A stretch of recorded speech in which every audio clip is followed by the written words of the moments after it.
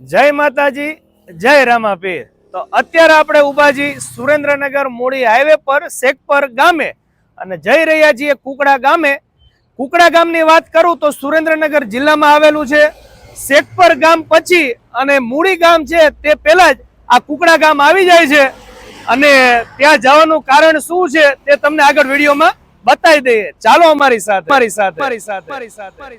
તો જય માતાજી, જય રામાપીર। જય રામાપીર। પહોંચી ગયા છીએ સુરેન્દ્રનગર જિલ્લાના કુકડા ગામમાં અને કહેવાય ને મંદિરમાં પગ મૂકતા જ એટલી બધી તમને શાંતિનો અનુભવ થાય।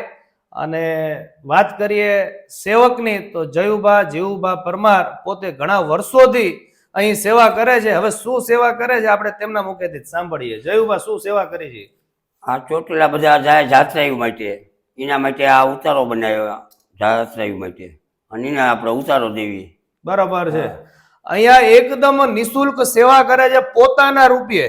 અહીંયા કોઈ ટ્રસ્ટ નથી ચાલતું, પોતે જ આ સેવા કરે છે। ચોટીલા પદયાત્રીઓ બધા જાતા હોય, પૂનમ હોય, વાર તહેવારે જાતા હોય તો અહીંયા દ્વારકા વાળા, હા દ્વારકામાં ઘણા એટલે વધારે ચોટીલા ને દ્વારકા લોકો અહીંથી કુકડા ગામેથી જાતા હોય છે આ જ હાઈવે ઉપરથી। તો અહીંયા રહેવાની, જમવાની, નાવા ધોવાની બધી સગવડતા ઘર જેવી, અને એક પણ રૂપિયો લીધા વગર અહીં આ જયુભા કેટલા વર્ષથી આપણે ચાલુ છે? 10 વર્ષ થઈ ગયા। અને આપણે થોડાક મહિના પહેલા આમનો વિડીયો બનાવ્યો હતો અને અત્યારે તો ઘણી બધી વધારે સેવાના કાર્યો, ઓલું બાર મોટું ટેન્ટ બધું બની રહ્યું છે। હા, એટલે જેટલી બને તેટલે કે વધારે લોકો આ સેવાના લાભ લઈ શકે। અને આ કોનો ફોટો છે જયુભા? મોટા ભાઈ છે। અચ્છા, આ છે તેમના મોટા ભાઈ દિલીપસિંહ જીવુભા પરમાર। દિલુભા ભગત, દિલુભા ભગત તરીકે, બરાબર છે। મૂળ આ એમના આશીર્વાદ થી આશીર્વાદ। અને આ છે રામદેવ પીર નું મંદિર છે। અને આ મંદિર આપણે ક્યારે બનાવેલું છે? આ તો ઘણા વર્ષ થઈ ગયા, ભાઈએ બનાવેલું। અચ્છા, આમને જ બનાવેલું છે? કાચું હતું, હવે પાકું બનાવ્યું। બરાબર છે।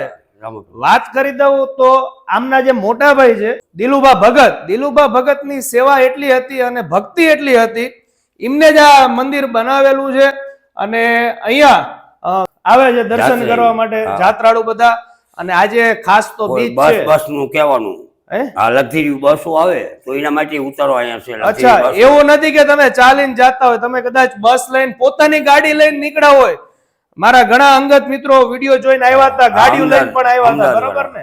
એટલે તમે એવું નથી કે ચાલીને જાતા હોય, હું તો કઉ છું તમે અહીંથી નીકળતા હોય તો દર્શન કરવા માટે અને આમને પણ એક સેવાનો લાભ મળે। એટલે આ ખૂબ રાજી થતા હોય છે જયારે પણ સેવકો આવે છે, એટલે જયુભા રાજી થતા હોય છે।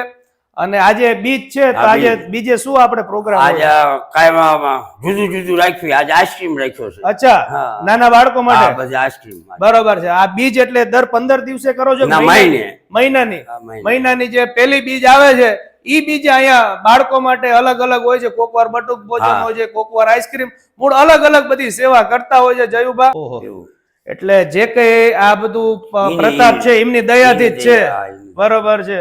તો દિલીપસિંહ જીવુભા પરમારની એમની જે તપસ્યા હતી, 6 મહિનાની તપસ્યા કરતા હતા અને 12 મહિને એક જ વાર જતા હતા ઘરે, બરોબર છે। અને એમને નાનું એવું અહીંયા મંદિર બનાવેલું અને અત્યારે એમની દયાથી અને આમનો પણ એક એટલો જ સેવા કરવાનો આગ્રહ કે ભાઈ મારા મોટા ભાઈ કરે છે તો હું એવી સેવા કરું। તો જોઈ લો, અત્યારે વિશાળ રામાપીર નું મંદિર બનાવેલું છે। અને આ તમારા બાપુજી છે અને આ મમ્મી છે, બરોબર, બા છે ને બા ને બાપુજી ના પણ ફોટા છે। અને સરસ મજાનું મંદિર છે। અને ખાસ કરીને બધા પદયાત્રીઓ તો આવતા જ હોય છે, પરંતુ તમે જો ગાડી પર્સનલ આવતા હોય, બસ લઈને આવતા હોય, ગાડી લઈને આવતા હોય તો પણ તમે અહીં સેવાનો લાભ લઈ શકો છો। રાત્રે તમારે રોકાવું તો રોકાઈ પણ શકે ને, રાત રોકાવાની પણ સુવિધા છે। અને તમે દર્શન કરવા આવજો, ખરેખર એકદમ તેજસ્વી રામાપીરની મૂર્તિ છે। દર્શન કરવા માત્રથી તમારા જે કઈ દુઃખ હશે તે બધા દૂર થતા હોય છે। બસ એવી રામાપીરની દયા જયુભા ઉપર થઈ છે। અને જયુભાના ઇતિહાસની વાત કરું તો જયુભા પોતે પેલા ગુલ્ફી વેચતા હતા, બરોબર છે। આજ એમની દયા અને એમના મોટા ભાઈના આશીર્વાદથી અત્યારે તેમને એટલું બધું સારું છે, તો એમને એવો વિચાર આવ્યો કે ભાઈ મને ભગવાન માતાજીએ આપ્યું છે તો ચાલો હું પણ ઈ પૈસાને પર સેવામાં વાપરું। એટલે જયુભા જેવા ભગતને પણ ધન્ય છે કે અત્યારે આપણે 1 રૂપિયો કોકના માટે વાપરવો હોય તો બહુ અઘરો છે, પરંતુ ગમે તેટલા માણસો આવે, એક સાથે 100, 200, 500 માણસ આવે તો પણ આ સેવાના કાર્યો કરે છે. તો તમે પણ અચૂક અહીંયા મુલાકાત લેજો. ખરેખર જયુભા ગામડું તો ગામડું છે હો. અત્યારે જોઈ લો મારી પાછળ તમને આખું કુકડા ગામ દેખાય છે. આ કેટલા ગામની વસ્તી હશે અત્યારે? 3000 લોકો છે. 3000 લોકોનું વસ્તી વાળું આ ગામ છે કુકડા ગામ. અને દર બીજે અલગ અલગ કરે છે. અત્યારે જો આઈસ્ક્રીમની સેવા જયુભાઈ રાખી છે. ઘણા બધા બાળકો અને નાના દીકરા હોય, મોટા દીકરા હોય, બાબા બેબી બધા મોટી સંખ્યામાં આવે છે. અને જયુભા કહેવાય ને કે ભાઈ સેવા કરવામાં પાછા પડતા નથી. અને દર બીજે સાંજે શું હોય છે આપણે?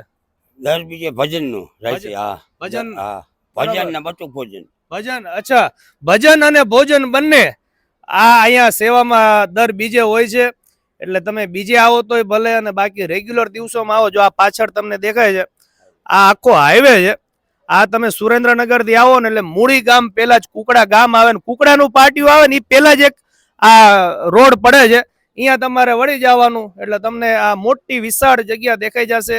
રામાપીર ભગવાન બેઠા છે અને જયુભા જેવા સેવક બેઠા છે. એટલે અચૂક લાભ લેજો. તો મેં ભજનની વાત કરી અગાઉ, તો દર બીજે જે ભજન સંતવાણીનો કાર્યક્રમ કરવા માટે સ્પેશિયલ વઢવાણથી આવે છે. શું નામ?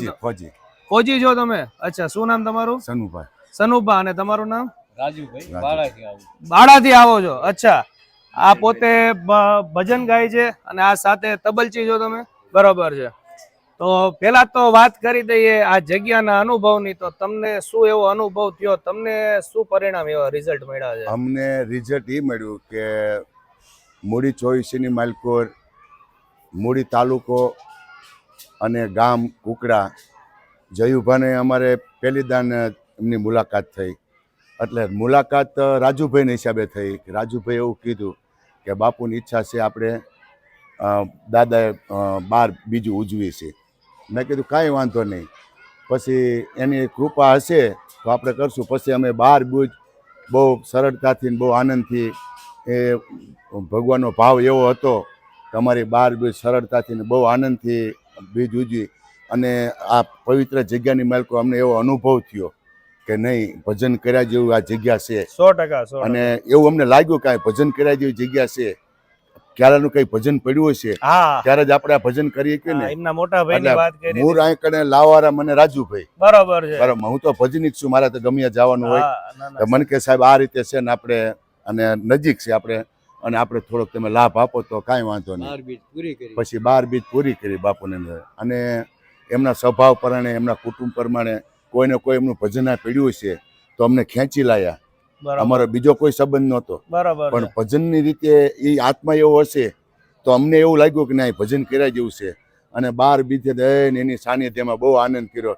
12 બીજ કેમ વહી જાય ખબર નથી પડી અમને. સાચી વાત. અને બાપુ હજુ એમ કે તમને મારે ચાલુ જ રાખવું છે ભજન, તમે આવો અને આપણી જગ્યાએ ભજન કરો. એમ. ના 100% વાત છે. અને અગાઉ જયુભાઈ કીધું કે એમના મોટા ભાઈની જે ભક્તિ હતી તે જ ભક્તિ અત્યારે જયુભાઈ પણ જાળવી રાખી છે. અને એમના દીકરાઓ પણ આટલી જ સેવા કરી રહ્યા છે. એટલે કહેવાય ને કે વારસામાં જ આ લોકોને સેવા મળી છે. પોતાની રીતે જેટલું થાય તેટલી સેવા કરે છે. એટલે તમે જો સાંજે નીકળતા હોય તો દર બીજે અહીંયા રાત્રે 9 વાગે આપણે અહીંયા ભજન ને બધું હોય છે. 9 થી 11:30 12 વાગ્યા સુધી તેનો પણ તમે લાભ લઈ શકો છો. રામદેવજી મહારાજ કી જય. અહીંયા કથા હતી અહીંયા મને ચોગાનમાં. અને જયુભાઈએ મને વાત કરી કે મુના ઈ કે ભજન ઈ કે આપણે અહીંયા બીજના કરવા છે. ઈ કે તું કઈ કે હા પાડ તો ઈ કે કબૂલતી અમારા ગામમાં નથી. મેં કીધું રામા બાપા લાવે એટલે હું 12 બીજ પૂરી કરીશું. અને પછી સાવન વાળાનું નક્કી કરી નાખ્યું, બીજલભાઈનું દીક્ષરના હે. અને આ સાહેબનો સહકાર 12 બીજ સારો મળ્યો. અને ચોમાસું, તડકો, શિયાળો, અને રામા બાપાએ અમને 12 બીજ અમને પૂરી કરાવી. અને હવે એમને રામા બાપાની ઈચ્છા હશે ત્યાં સુધી અમે બીજ ચાલુ રાખશું.